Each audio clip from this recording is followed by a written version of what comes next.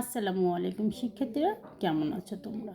চলো আমরা জেনে নিই যে বিক্রয় প্রসার কাকে বলে। বিক্রয় প্রসার হচ্ছে প্রসারের একটি গুরুত্বপূর্ণ হাতিয়ার।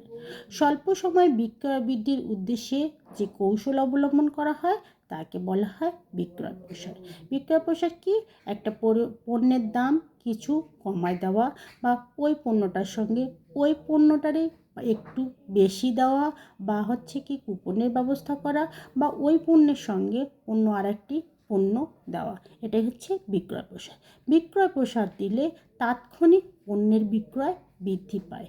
যেমন আমরা দেখতে পাই যে ম্যাগির সঙ্গে মাঝে মাঝে কি দেখা যায় যে ম্যাগির সঙ্গে টিফিন বক্স ফ্রি দেয়, বা ম্যাগির 8টা দামে পণ্যের সঙ্গে 10টা ম্যাগির ছোটো প্যাকেট দিচ্ছে।